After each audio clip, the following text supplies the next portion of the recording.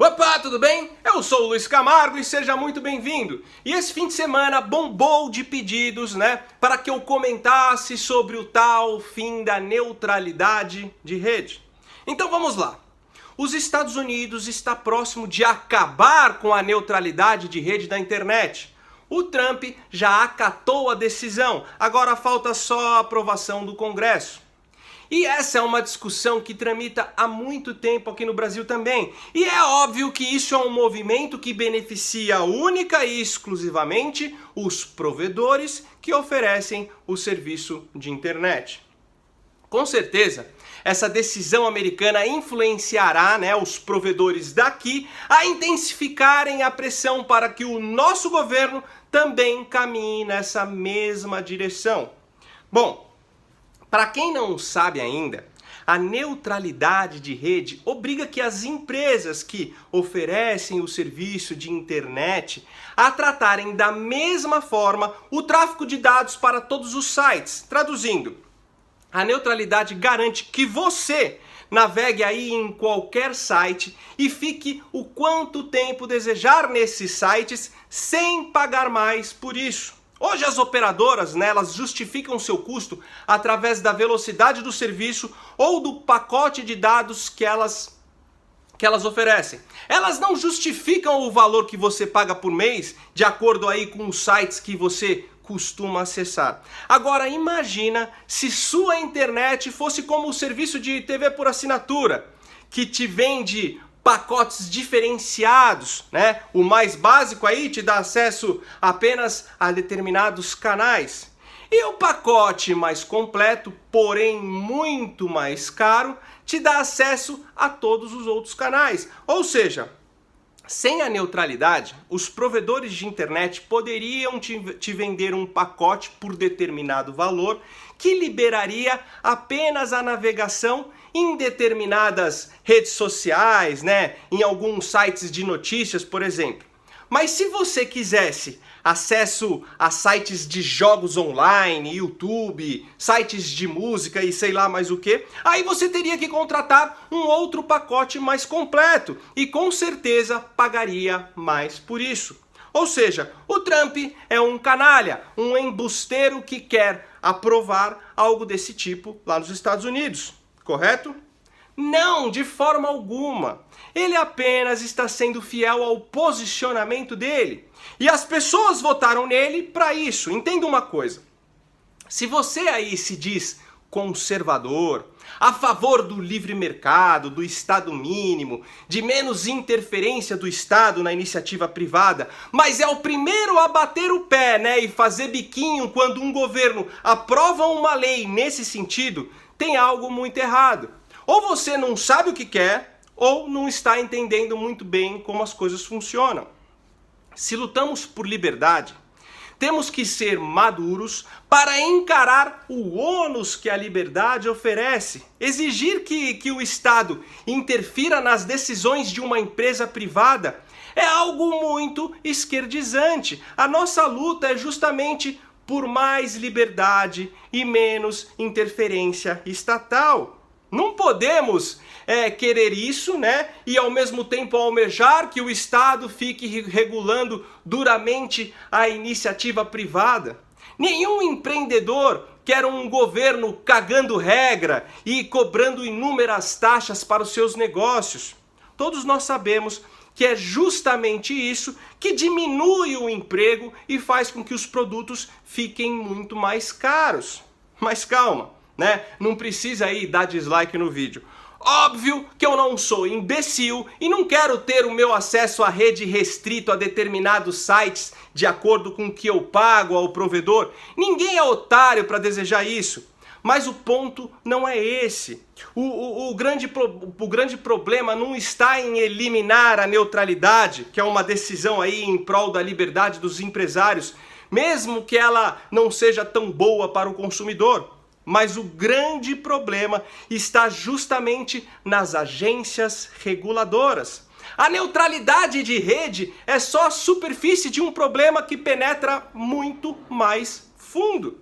Você já percebeu que a internet no Brasil é uma bosta?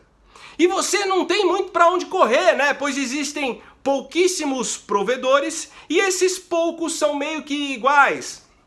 O governo, através da Anatel, fomenta um cartel, ou seja, ele cria uma espécie de monopólio de algumas empresas apenas, fazendo com que esses amiguinhos do governo se juntem e ditem suas regras.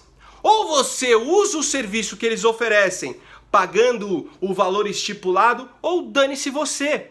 Em um cenário assim, extinguir uma lei que garante a neutralidade de rede realmente seria uma canalice.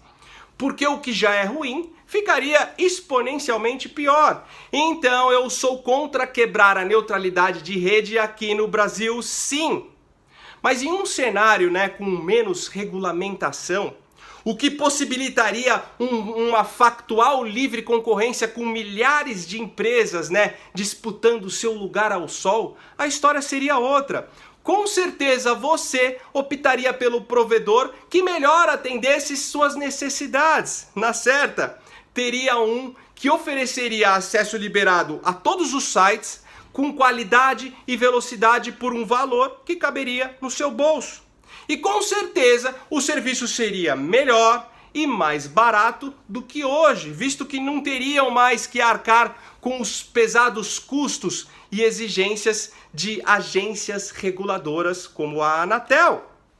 Imagine se existissem apenas 2 padarias na sua cidade, pois a prefeitura lá tem uma agência que cobra taxas altíssimas e regula por demais o comércio de pães, o que impossibilitaria a abertura de outras padarias. Você concorda que o pão da sua cidade seria caro e ruim? Essa seria a tendência natural. Agora imagina se não existisse essa agência reguladora e com isso começassem a abrir inúmeras padarias. Você acha que as padarias iriam continuar vendendo um pão caro e de baixa qualidade? Não, elas não fariam isso, pois senão perderiam o mercado para a concorrência. A falência seria certa e essa é a beleza do capitalismo. Para você ter uma ideia, ano passado, se eu não me engano, foi em julho, um grupo de pessoas foi preso no Espírito Santo em uma ação chamada Operação Rede Pirata. Motivo: eles ofereciam internet clandestina. Era uma empresa pequena, que vendia serviço de internet para as pessoas de uma cidadezinha ali do interior. Segundo consta, eles ofereciam o serviço com tecnologia de ponta, inclusive usando fibra ótica. Só que essa empresa, ela não tinha a certificação da Anatel, ou seja, era um serviço pirata e por isso foram presos. Só que tem muitos vilarejos aí pelo interior do Brasil que não chega o serviço de banda larga. E as empresas certificadas aí pela Anatel estão cagando, pois dependendo aí da região em questão, atuar nela não compensa financeiramente.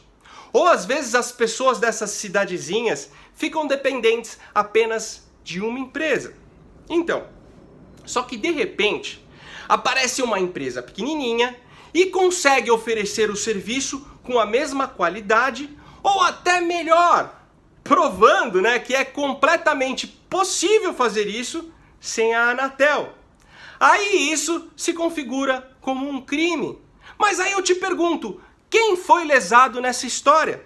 Ninguém, só o governo que, através da Anatel, deixou aí de arrecadar uma grana dessa empresa, pois os consumidores, de certo, foram atendidos nas suas necessidades. Claro que se pipocassem aí milhares de empresas piratas, iria prejudicar os amiguinhos do governo, seria uma concorrência desleal.